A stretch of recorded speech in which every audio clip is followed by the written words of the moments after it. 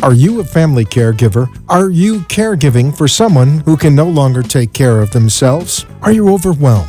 This is Caregiver Solutions Info with Marcia Teele. Marcia will be hosting an hour of true stories and information, tips and updates of the latest research and necessary information in the caregiving field, focusing on you, the family caregiver. An Alzheimer's disease and dementia care expert, Marcia has 15 years of hands-on experience at Arden Courts, a leader in assisted living dementia communities here in the U.S. Marcia covers everything you need to know as a family caregiver, especially if you care for a loved one with Alzheimer's disease or other related dementia or chronic illness. If you have a friend or relative that is also a family caregiver, call them now. They won't want to miss a minute. And let them know they can watch on caregiversolutions.info. And they can listen on WNN 1470 AM in South Florida or nationally on the iHeartRadio app.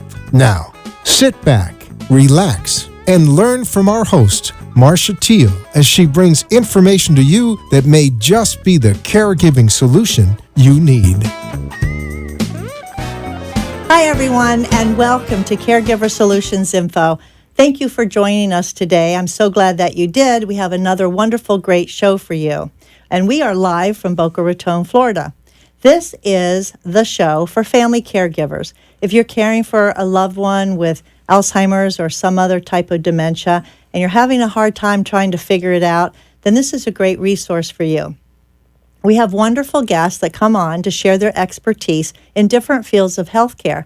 And also, we actually interview actual caregivers, people that have walked in your shoes, people that know what you're going through, people who have experienced what you're experiencing and are actually opening up their hearts and telling their story in the hopes that it can help somebody else. So I hope that you find this useful for you.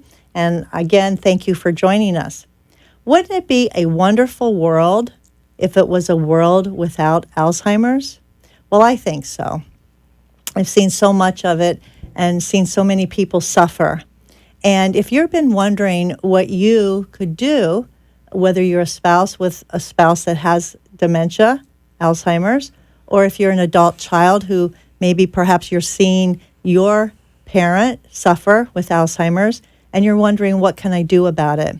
Well, there is something we can do. We can join a trial study. There are trial studies out there that people can participate in to try to find the cure for Alzheimer's. So if this is something that you're interested in, then I'd like you to listen to this important message.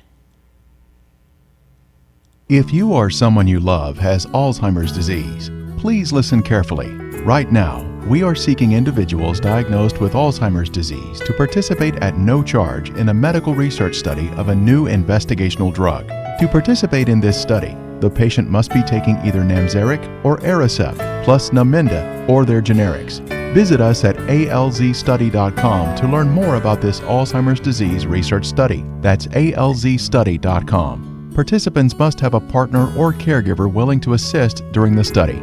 Our study involves 6 clinic visits over a period of up to 34 weeks, and compensation may be available to qualified participants. So if you or a loved one has Alzheimer's disease and is taking either Namzaric or Aricept plus Namenda or their generics, please consider joining this important research study. Visit us on the web at alzstudy.com. That's alzstudy.com. alzstudy.com. And I am so glad you're here because today's show involves 2 spouses, a husband whose wife has dementia and a wife whose husband has dementia, and they're quite different. And so we're going to be talking to them today about the path that they're on with their spouses and maybe some similarities in their situation and perhaps a lot of differences too. So it's my pleasure to welcome to you Karen and Bob. Hi, guys. Hi, Marcia. Thank you for joining us today, and thank you for being here to tell your story, because I think that you have a great story to tell, that being that you have experienced this, you are experiencing this, and the way you handle it is going to help a lot of people to understand the disease, the process, the progress of the disease, and what you are going through as caregivers, because as we all know, caregiving is not an easy thing to do. So I'd like to start with talking to you about your spouses, because I just know for a fact from both of you previously talking that both your spouses are very intelligent and creative people. And unfortunately, they now suffer from a form of dementia. So, Bob, let me ask you first about your wife. How old is she, and what type of dementia does she have?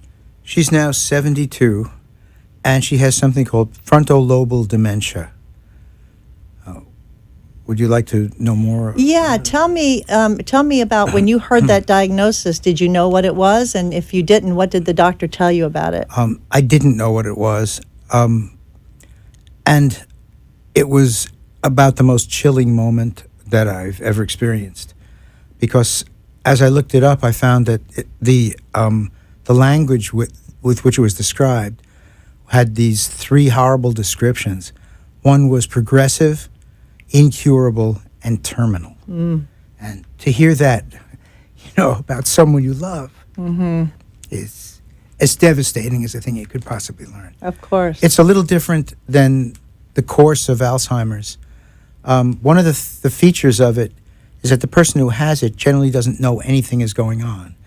My wife was aware that she had some problems with her memory, but even to this day, and she's had the disease for at least 7 years. Wow. She has no real idea that anything is going on.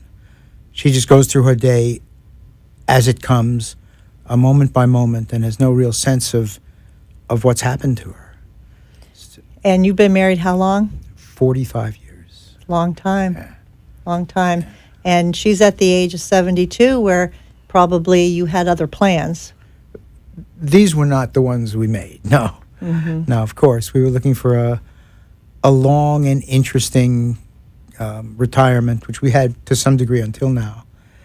And hoped to be traveling, and, we had a lot of things that we did together, and a lot of activities. And the last thing we expected was this absolutely gruesome ending. And how did it come to pass that you actually took her to the doctor? What did you think was wrong? What were some of the signs? Well, I actually have a background in neuropsych testing, which helps you a little bit, but not very much as it develops. And I noticed that her language was strange. She had trouble remembering the names of things. And so I took her to one of our family doctors. Pardon me, I have a cold, and That's okay. Go ahead. We understand. It's the time of year. choking over things.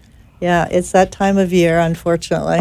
And her cardiologist administered a little screening test, and she couldn't do any of it.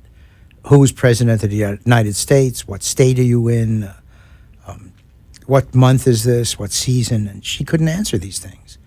So he recommended we take her to a neurologist. Pardon me.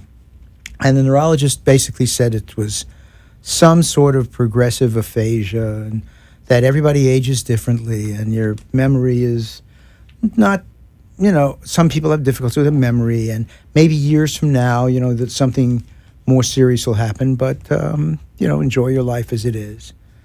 And he didn't offer you any other advice than that? No. And she was under this person's care for about 4 years. And as it progressed, we went to another doctor who had a neuropsych background as well as being a neurologist. And he said immediately it's frontal-lobal dementia. And the most obvious symptom is the inability to recall the names of things.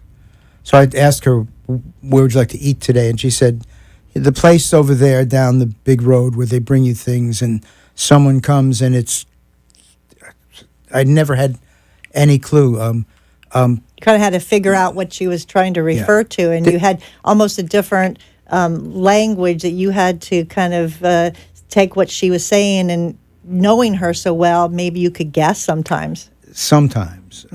Even the names of simple objects. If she wanted a fork, she would say, could you get me, the thing you use to pick up with the food? It's got things on the end of it. I said, you want a fork? Yeah, one of those. And that was early. It got progressively much worse than that. And for a long time, I kind of intervened with other people in conversations, filling in the nouns. Right. Right. But- that's what happens a lot, because when they can't think of the words, you're together, she might look at you like, tell them what I'm talking about, looking at you for the word. The strange thing with her, and I think it's probably not that uncommon with Pick's disease, prefrontal lobe dementia, she wasn't aware of that. She just kind of got stuck on it until I added it in. But she didn't actually look to me to finish the conversation. She just kind of couldn't do it. So she didn't realize that she couldn't do it. No. Okay. All right. Well, that's pretty sad, and a young age, because she's 72 now and she's had it for 7 years. So, early 60s. That's amazing. Yeah. Karen, I'd like Yes. to ask you about your husband. How old is he, and what kind of dementia was he diagnosed with? He's 70 years old, and when he was 68 and a half, he was diagnosed with early stage Alzheimer's. And how did you feel when you heard that? Terrible. It was devastating. His father had it, and the way it was treated years ago, even as far as caregiving or places to put people if they had to leave the house, was very different than it is today. So my husband would always think of that word and get very frightened. So he knew that his memory wasn't the same, but it was very early stage, and he was working and driving and functioning on a very high level. And I never told him it was Alzheimer's. You never told him? No. The doctor told you, The but you doctor didn't told share. me. I didn't share it with him. And was there a reason why you thought it'd be best not to share? Yes, because of the situation with his father. It was such a horror in those days. There weren't a lot of places to place people, and a lot of nice places. And his father was locked in a chair and given hallucinating drugs, and it was just terrible. So every time he heard that word, he used to get very frightened. So Was he afraid because his father had Alzheimer's? Was he afraid he was going to get it, or did you? he didn't speak about it. He never spoke about it. Okay. Were But you I worried? think he was. Were you worried knowing that his father had Alzheimer's? Were you worried that he might get it too? It was on my mind. It was on my mind. Other male members of the family, no female members, it's funny, but all other male members in the family did have it. And what did you first notice that something was not quite right with your husband as far as his memory? Well, my husband has a master's degree in finance, and his favorite fun pastime was he loved to go to Vegas and play blackjack. He was the best blackjack player I've ever seen, ever. And even though it's luck, it's a lot of skill too. Right. And he was very good at counting cards, and he was a very fast player, very fast thinker. And we were in business together, and the jewelry business. And I noticed that he was misquoting when he was reading the tickets. And a few times he gave things away below cost. He wasn't interpreting the numbers right. And he was a numbers guy. So That was a big red flag. Yes. Yeah. And I told him, do not quote prices because I'm losing money. I can't afford to lose money. And he knew that he wasn't right. I guess that must be the difference between the frontal lobe and Alzheimer's. He knew something. As a matter of fact, my father-in-law even knew something. My father-in-law once said, I'm not right. Well, my husband knew that he wasn't right, but he knew he had a little bit of problem with memory and with some figures. But it didn't affect the rest of his everyday life. So that was the first sign. Yes, Yeah. and then I took him to a neurologist. Okay. Wow. Thank you guys for sharing that. So we're going to take our first commercial break. When we come back, Bob and Karen will be sharing more about their journey down the dementia caregiving path. So we'll be right back.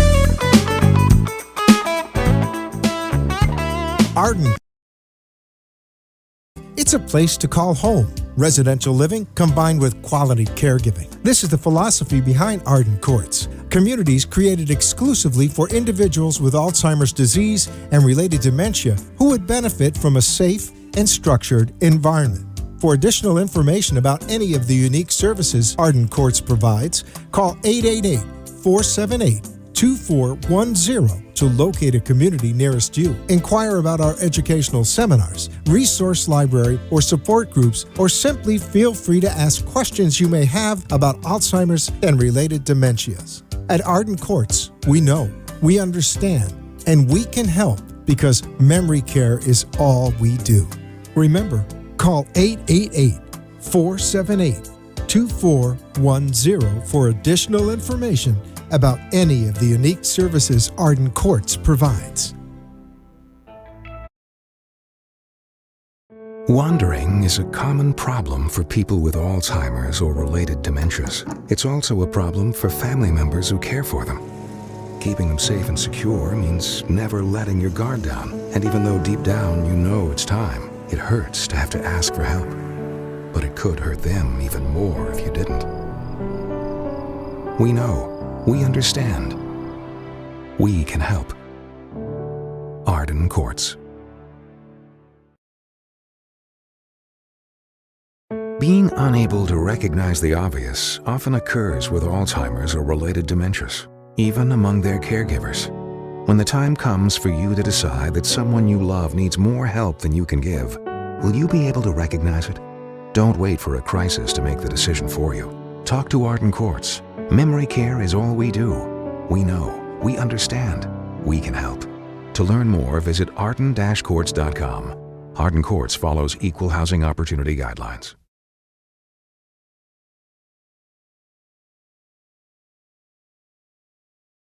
Back to Caregiver Solutions.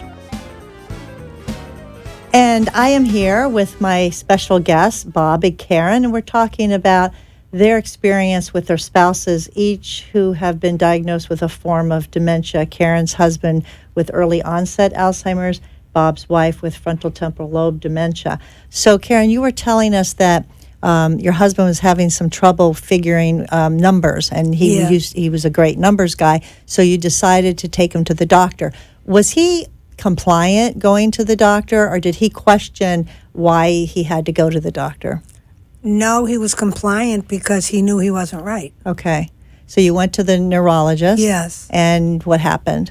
Because it was such an early stage, the neurologist asked him the normal questions that they would ask: who is the president? Where do you live? What month is this? And certain, normal questions that they first ask. Mm-hmm. And he got them all right. So, then the doctor had him copy some just geometric pictures and, different testing, and showed him, I think, some ink blots, if I remember, asked him what he thought they looked like. And at that time, the doctor said, this is not Alzheimer's. It was so early. So he kept testing because he wasn't sure. Yeah, he was there for quite a while, and the doctor said, this is not Alzheimer's. So Ron felt very good about that, mm-hmm. Because he was afraid of Alzheimer's. Mm-hmm. And then the neurologist wanted to see him again, several times. And of course, then it progressed more. It started to progress. Well, what happened was 2 months after, he had about a year of testing. every few months we would go, and I kept seeing little subtle changes, but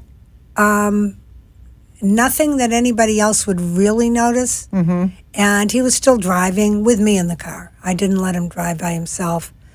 And when he was diagnosed, I didn't tell him because I didn't want him to hear that word, because the doctor told him that it wasn't. So what the year did you tell before. him with all I this? never did. Did you tell him he had problems with his memory? He knew it. No, Okay. he knew he had problems with his memory. When the Okay. doctor gave me the diagnosis in August of 2015, he put him on Aricept, and it seemed to make a difference, except his body couldn't handle it. His stomach, it bothered his stomach. Yeah, there's always side effects with every drug, Yeah, and sometimes even with the Aricept, people Yeah. can't tolerate it. Right. But 2 months after he was diagnosed with early stage Alzheimer's, he fell in the middle of the night in the bathroom, and he ended up with 2 subdural hematomas of the brain, and he had to have 2 craniotomies Wow. and had brain damage. Oh my goodness. So now you're dealing with 2 types of brain injury, one Yes. from Alzheimer's and one from the accident. Yes. Wow, that's a double whammy. And you're working still. Yes. You're still trying to run the business, and you've lost your partner. Yes. And- we were business partners for 42 years in business. And you've been married how long? This year will be 48 years. Wow. Wow. So you see that, both of you here are caregivers. You're in the same boat, different types of dementia, but I don't think the feelings that you have are all that different because you've lost your partner. Yes. Yeah. Wow, that's really, really sad. Devastating. Devastating. So how do you cope with this? How do you deal with it? What were your first thoughts when you got this diagnosis, and what were your first thoughts? Like, what are you going to do? What did you think about, Bob? By the time I got the diagnosis, Lydia had. I'm sorry, I'm not That's supposed to use her okay. name. That's all right. My wife's had been declining for some time, so I knew that there was certainly something seriously wrong. But when I got the actual diagnosis, it was just as though everything that mattered to me in life was gone. I've become so emotional over the period of time. I've never been like this, but it just overwhelms you all the time. And the shortly after the diagnosis, she really began to decline, and we were up in New York. We were snowbirds, and our house in New York had been destroyed. Doesn't matter how, it just had burst pipe type thing, and so we were living in a rental, which confused her terribly. Right, because she's not in familiar surroundings. And just because whatever can go wrong does, there was two flights of stairs leading up to the living quarters in this place, and she had fallen somewhere else and cracked her kneecap. And so we were basically in a box with a woman with dementia and a broken leg, trying to convince her that she should use the supportive things that the doctor wanted her to wear on her leg, and she hated them, and used the cane and the walker. What for? And I hate this thing. And so I was in the position of knowing that I needed to be encouraging and supportive. But meanwhile, I was in a position of being encouraging and supportive, but having to get her to do something that was very necessary for her health when she couldn't understand why. And it was not the best summer I've ever spent. Sounds a little frustrating. Oh, it's horrifying. And after that summer, I began to use home health aides. And we had someone coming in 6 hours a day, 5 days a week. And did that work for you for a while? it helped. It helped. Not that much. Yeah. It was better than not having it. Unfortunately, the first aid that we had was not very professional, and half the time I was taking care of both of them. Yeah, unfortunately, that happens sometimes. So we moved on, got someone else who was much more professional and much better, and is really a lovely woman. At the end of that period of time, we moved down to Florida permanently because my wife couldn't go back and forth anymore and needed consistent care. And the aide that was with us, actually we drove down and she drove with us because I couldn't manage the trip. I mean, what was she going to do when she needed to use the restrooms? Right, or just, maybe decide to open the car door as you're driving down I-95. Yeah. I mean, you don't know what someone's going to do. Fortunately, she never did stuff like that. Mm-hmm. She didn't get out of bed at night. She didn't wander around. Mm-hmm. And I think, again, that's one of the differences with frontal lobal dementia. Mm-hmm. That there's some of the really gothic things that happen with Alzheimer's don't really happen. Mm-hmm. Yeah. Or didn't to me. It could have with other people. I don't know. And, the fact that it's both of them, dementia results in the memory loss, but because they're two different kinds of diseases, they're going to manifest in a little bit different ways, which is this is a good comparison to, show how it manifests different in different people, because there's not one way, and there's not just one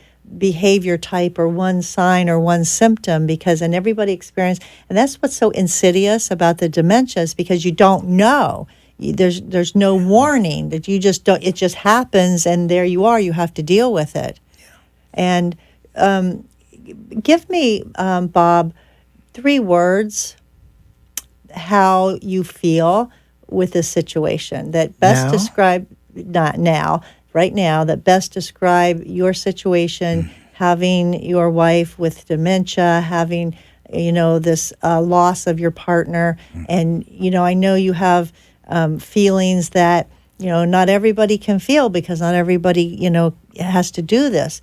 What 3 words are best describe your situation, how you feel? One overwhelming one that just comes through the whole experience is sadness. Mm-hmm.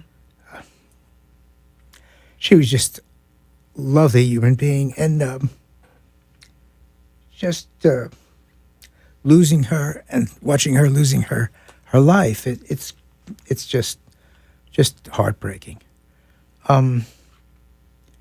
Strangely enough, at this point, hopeful in that my life has fortunately turned around in very many wonderful ways. And we'll be talking about that shortly.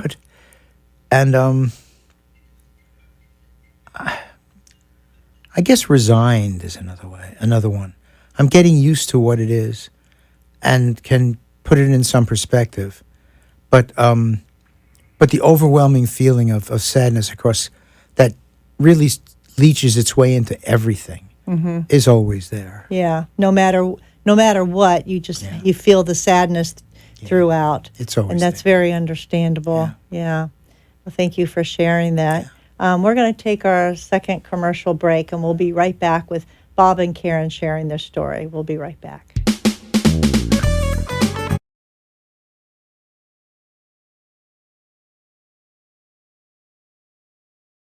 Being unable to recognize the obvious often occurs with Alzheimer's or related dementias, even among their caregivers.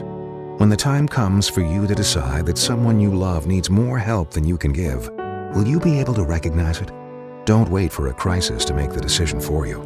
Talk to Arden Courts. Memory care is all we do. We know, we understand, we can help.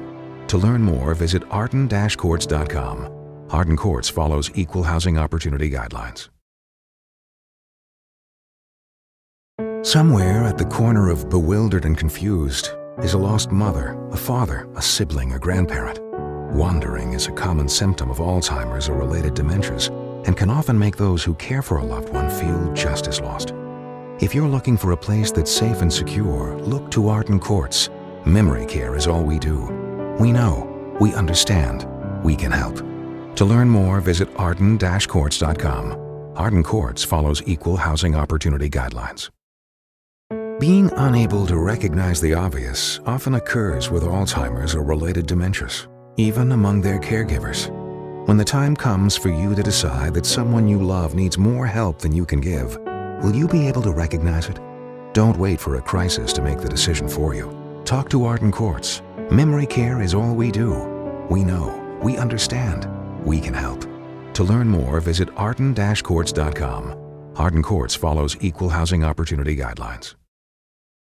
Feelings of depression, isolation, and frustration are common among persons living with Alzheimer's or related dementias. It's common among those who care for them, too. It takes a lot.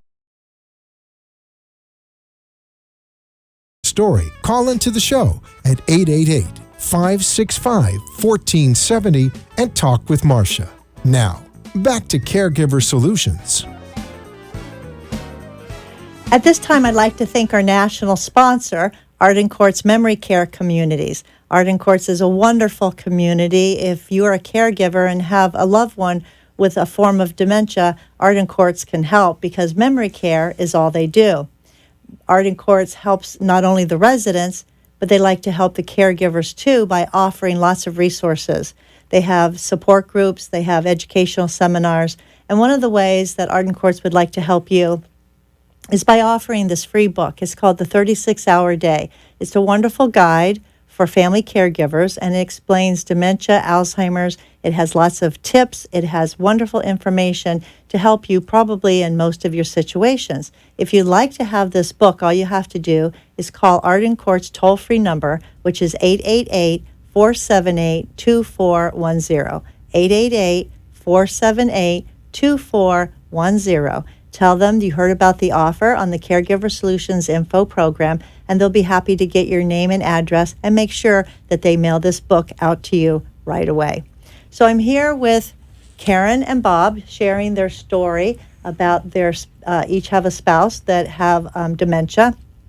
And thank you, Bob, for sharing your feelings. You know, it's not easy, and you guys are being so vulnerable here. And I think it's important for caregivers to feel their feelings and not stuff them up, because it's not healthy to stuff up your feelings. Let them out. If you have to, go see someone, a therapist, a social worker, a psychiatrist, a psychologist.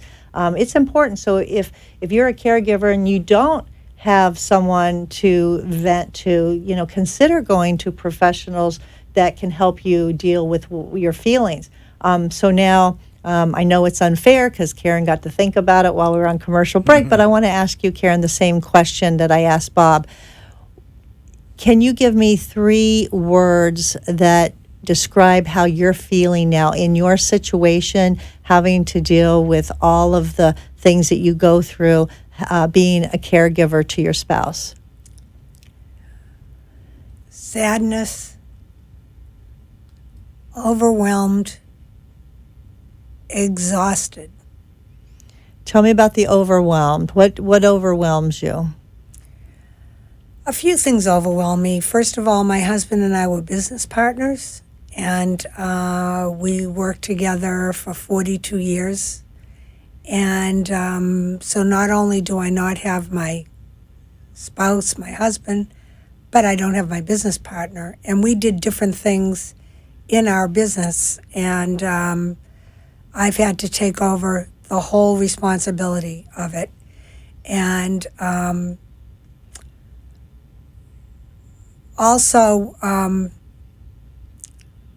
the loneliness that I felt along with the responsibility and the exhaustion, I felt like I was really slipping. I didn't have any zest for life, any exuberation.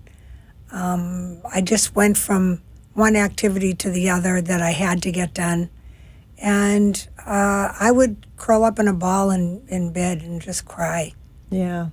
Yeah, you had a lot on your plate. A lot. A lot. Yes. Working the business, taking care of the details that go with, taking care of a spouse. A lot of paperwork. Not only did I have to do all the things for the business, but so much paperwork to fill out, and so many things regarding his illness. Yes. Well, it is very overwhelming, just even wrapping your head around the fact about the dementia itself, and then thinking about the future and, all the different options that you might have, or trying to find out information that you need. It's just so overwhelming for caregivers. I can certainly understand that. And the loss. Yes. And it makes you tired, and, it makes you mentally tired, mentally and emotionally tired. Maybe not so much physically, but you're exhausted mentally, emotionally. Yeah. Yes. Yeah. Thank you for sharing that. So now let's go to the part where your spouses are home. They've been diagnosed. You've taken them to the right doctors. You've got them on the right medicines. You get help at home if you need to. What then happened to let you know that perhaps it was time to do something else, that you needed more help? Bob, what happened in your situation? My wife, well, when we got down here, we had aides coming into our house. Thank goodness for long-term care insurance. Mm-hmm. And we had people coming in 12 hours a day, every day. And at first that took some burden off me, and it would help me. And also there were people around, which, it's much more difficult to be with someone who has dementia and can't really speak to you and be alone. It's very isolating. But as Lyd declined, it was beyond my ability to deal with. And the 12 hours a day that I was alone with her were not so great either. And after a while, she needed help with things like eating and toilet functions and all that. And then after a while, at first when we had the aides, we would go out and do things. We would go shopping together and go to restaurants and and go on little trips. And she could participate. Mm-hmm. But after a while, we couldn't get her into the car or out of the car. She began to be more and more withdrawn from any kind of activities that we tried to do. And most of the day she spent sleeping, and we just sat there and stared at her. And it was just really clear that she was declining very, very quickly. And I was working with an elder care attorney who recommended, pardon me again. That's okay. Take your time. That we look for a placement. And she recommended various places, and we went to one. Shall I say what it was? Sure. Arden Courts. And I'm glad that we met that way. And the person who interviewed me was, of all people, Marcia. And what could have sounded like a sales thing was actually absolutely the truth. And what Marcia said, what you said, really that swayed me, because my concept was I would keep her protected in my arms all her life. Mm-hmm. Yeah, sure. You're the husband, the protector. But what you said was essentially the quality of her life is horrible, and she should be someplace where, for whatever time she has left there will be some quality of life. So we brought her over, and she walked in and saw the cat, and she likes animals, and responded very well. Oh, look, nice. And then we went inside, and she looked around and said, this is pretty here. And then we ran into the person who does the beauty parlor and said, yeah, we have that service here. As a matter of fact, I'm free, and you look like you could use a little bit of Pampering. And how about we do your hair? So she went in, and they right had off her first day, got did her some hair, pampering, yeah. And she never questioned after that what she was doing there.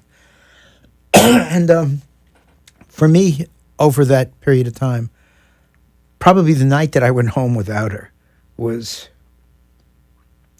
beyond description how horrible. Mm-hmm. And the next couple of weeks were not much better, but as I saw that I could step back from the situation, not monitor everything, she was in the hands of people who knew what they were doing and took care of her, I began to relax a little bit. That and grief counselor, support groups, and some use of Xanax got me through whatever that. helps, right? And, Xanax or a scotch, whatever works, right? And I began to get used to it. And still, it was there was the only thing that. Pardon me. That's this is okay. awful. Well, we can give you a little Yeah, break here, and I'll we'll just- go to Karen. Karen, Yeah. what was it for you?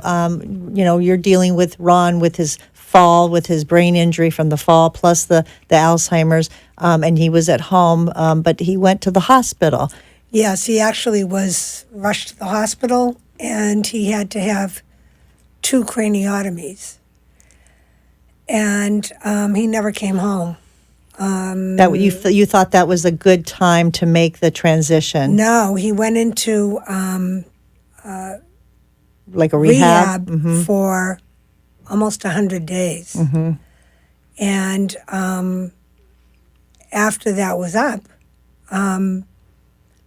my long-term health care would have kicked in because I had a 90-day deductible. And I could have brought him home with home health care aides, but I felt, first of all, I was running the business. I didn't want him home alone with just one aide. I know they said a lot of times they just talk on the phone with their girlfriends, and he wouldn't be getting the stimulation that he needed. Although I was very, very lonely and very, very sad, I didn't think it was best for him. A couple of people recommended Arden Courts, and I came over to look at it, and I met you, and I looked around, and I saw people were doing things, and there were activities in the activity room, and he was already healing from the brain injury. And since he had early stage Alzheimer's, I felt he could get a lot more out of it. And he does. I live around the corner. I see him all the time. But I wanted him to have some sort of a quality of life. And he participates in the singing, and he participates in the games. And, he seems to be very comfortable. And they're very, very nice to him. All the different aides, they love him. He's very sweet. And he's a gentleman. And so they love him. I like the smile on your face for people that are listening on the radio. Karen's got a beautiful smile on her face as she's talking about her husband, and I can see that it makes you happy to know he's happy. He's very, very content. He's happy. He, because he sees me all the time, and he does get quite a few visitors, probably more than anybody. He's a popular guy. Yeah. So he's never really lonely. And he's very happy when I come in. And sometimes I bring him into his room and I play his favorite songs on my phone and we sing. If I come late, sometimes I come after work and there's not much going on in the activity room. So he loves music. So. Yeah. So you spend some special time together. Yeah, and we sing to all the songs, and he remembers all the words. Of course, that's wonderful. I Yeah. love that. Well, Yeah. I'm happy that both your spouses are getting quality of life, even though they have this terrible disease. And when we come back from our next commercial break, we're going to talk about your quality of life as the spouse of someone with dementia. And we're going to be talking about what you all have discovered has helped you cope with all of this. So I can't wait to talk to you about that. And stay tuned. This will be our last commercial break. We'll be right back.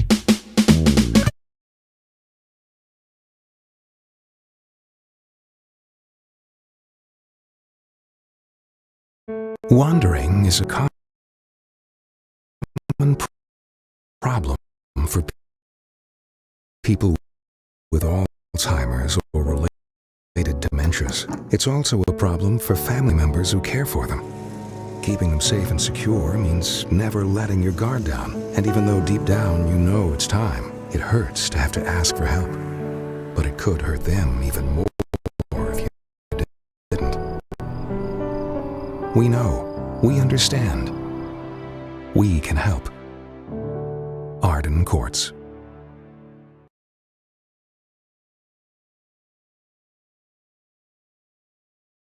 Being unable to recognize the obvious often occurs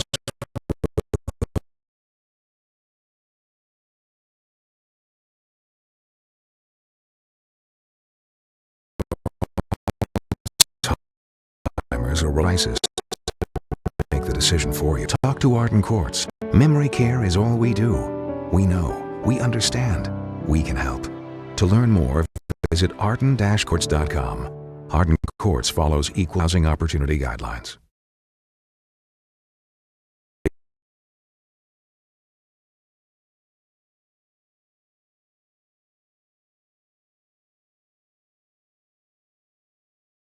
Somewhere at the bewildered and confused is a lost mother, a father, a sibling, a grandparent. Wandering is a common symptom of Alzheimer's or related dementias and can often make those who care for a loved one feel just as lost. If you're looking for a place that's safe and secure, look to Arden Courts. Memory care is all we do. We know, we understand, we can help. To learn more, visit arden-courts.com. Arden Courts follows equal housing opportunity guidelines. Feelings of depression, isolation, and frustration are common among persons living with Alzheimer's or related dementias. It's common among those who care for them, too. It takes a lot of patience and courage. It also takes knowing when you can no longer do it alone. At Arden Courts, memory care is all we do. Talk to us. We know, we understand, we can help. Don't let guilt keep you from making the right decision. Visit arden-courts.com. Arden Courts follows equal housing opportunity guidelines.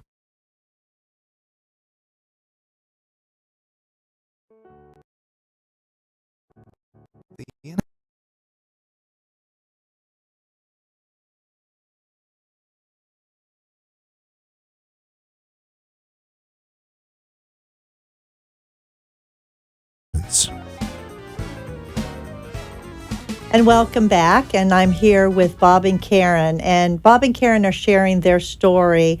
I'm glad that both your spouses have quality of life now. Thank you very much for trusting Arden Courts for their care. But I want to talk about you as the caregiver. What about your quality of life? You know, how has your quality of life improved after placing your loved one in the care of professionals? Bob, you want to talk about what happened and tell us your side of the story? Sure. Well, overwhelming event that changed everything. But I'll get to that in just a moment. I did everything you're supposed to do. I went to support groups. I saw a grief counselor. I started rebuilding my life. Joined a golf club and started doing the things that I did before. Lyd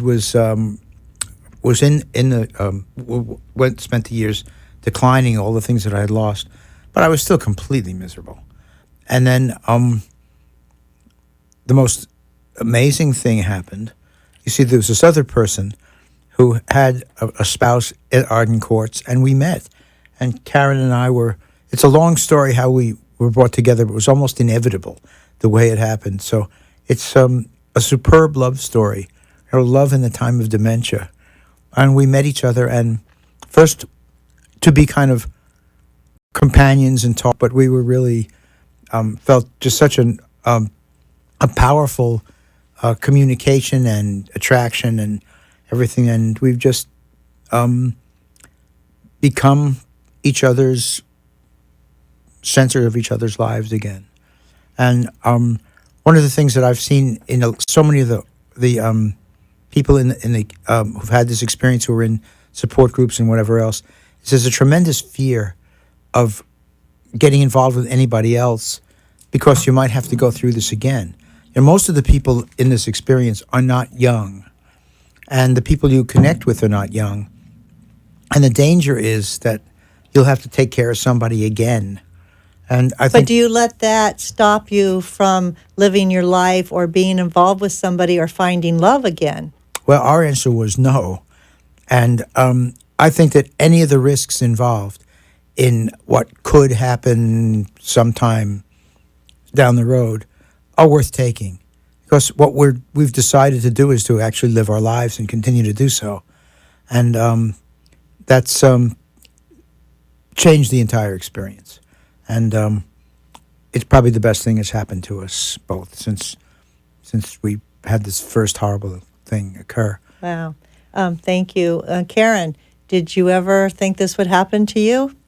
No. It was the last thing on my mind. I was so engrossed with working and, running to see him after work and doing all my paperwork for the business in my home office that, no, I hadn't even really thought about it.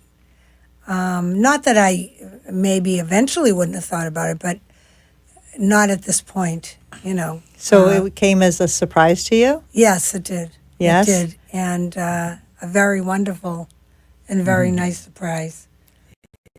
And let me ask you both this question. I know you're very happy together. Yes. You obviously have a lot in common because both your spouses, are suffering with dementia. You that a bond, has bonded you, and I'm Yes. sure you've discovered other things that you have in common. Do you feel guilty? Do you feel guilty that you're living your life closer with someone else other than your spouse? No, I don't feel anything like that. I think one of the words I used before was resigned, and one of the things I'm resigned to is that Lydia cannot live my life, and I cannot live her life. So she's in a place where she's comfortable, content, living probably as fully as she can at this point. There is no point in my doing that because that isn't the boundaries of my life. I can do anything I ever did. So to try to constrict my life because of her constrictions is pointless. I think that Karen and I are both really very very excited about creating a real life together, and that doesn't mean that we don't take care of the people who are afflicted. Mm-hmm. We're there all the time. We monitor their experience. But the rest of our life is not defined. One of the things in the support groups that I've been in, that people are really talking about, so one of the healing things in being a caregiver is you don't let the disease define your life. You have to get distance from it. You have to have other things in your life. And if that's all you've got and all you do is stay within the constrictions of what life is like with that disease, it will kill you. Mm-hmm. And people can't do it. Mm-hmm. And the fact that we're not doing it, and we're making our lives rich, and we're building something within our own capacities is only a good thing. Right. Good. Karen, what are your thoughts on this as far as feeling any Guilty kind and of so forth. apprehension about? Yeah. First of all, as far as feeling guilty, no. Bob and I both have had very good, long, loving marriages. And we've both discussed, we know how to do this. And we enjoyed being married. And we missed having a partner. And our spouses are no longer partners to us. Right. We love them. We care for them. We want to make sure that they get the best quality of care. We're always concerned. We see them all the time. We're very, we're a good support system for each other. But I don't feel guilty. I missed that kind of companionship because I had a good marriage. Mm-hmm. And, when somebody loses a spouse through death, being married, and even though they're still here, they're not them. And they're no longer our partners. Yeah. They're still our spouses, and we care for them, but they're no longer our partners in life. They can't be. They can't live in our world. That's true. So we missed it. Both of us missed it because we had good, long marriages. Yeah. Well, I'm really happy for both of you that you found each other and that you enjoy each other's company, and you just look so cute together. You're just adorable, and I see the hope. And you, Bob, you mentioned earlier one of your 3 words was hopeful, and you alluded to this when you said your 3 words, and the hope for your future, your hope with your future for Karen, Karen with you. I think that we can all be hopeful in this terrible disease. We can be hopeful that we can find good care, that we can be good caregivers, that we can hope for a cure for the disease, that we can hope to live our lives, like you said, Bob, and not go down with the disease as our spouses have. And so I'm really, really happy for you all, and best of wishes for the future. And both of you are lovely. You have lovely spouses. And I thank you very much for being on the show today. Thank you, Marcia. And I want to thank you for listening. And we will be back next week, same place, same time. In the meantime, I want you to not forget, give somebody a hug because they need it, and so do you. And so tune in next week, and we'll have another wonderful show for you. Thanks for watching. Bye-bye.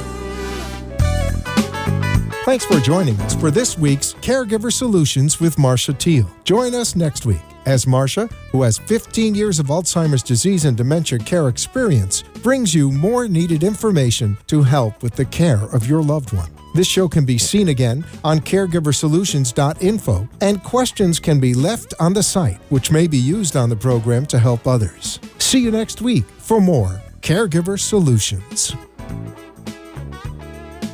The opinions expressed on the preceding sponsored program were strictly those of its hosts, guests, and callers, and not necessarily those of this station, its staff, management, or sponsors.